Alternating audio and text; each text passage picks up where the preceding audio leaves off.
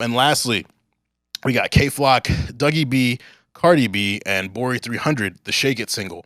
To be honest, I wasn't really too moved by everyone else's verses, but hearing Cardi on a record like that, her flow was great, her verse was great, and it made me think about how a lot of people, when Cardi first broke through 2017, 2018, they were hung up on the fact that she had ghostwriters.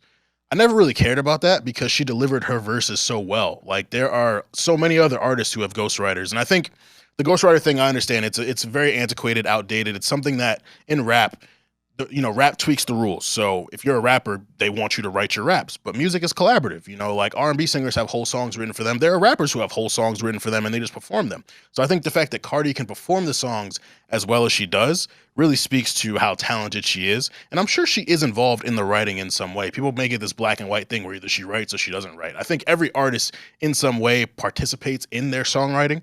But maybe they just she was connected with Partisan Fontaine, great writer. Of course, you'd probably let him take over if you want to make a great song and you can perform it well and he can write it well. Like that's what it is. Music is it's not a one person thing. It's not a one man show. And I think we've kind of worked ourselves into believing it has to be that when that's really not the reality.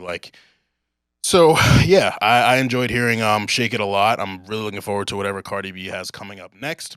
Speaking of what's coming up next.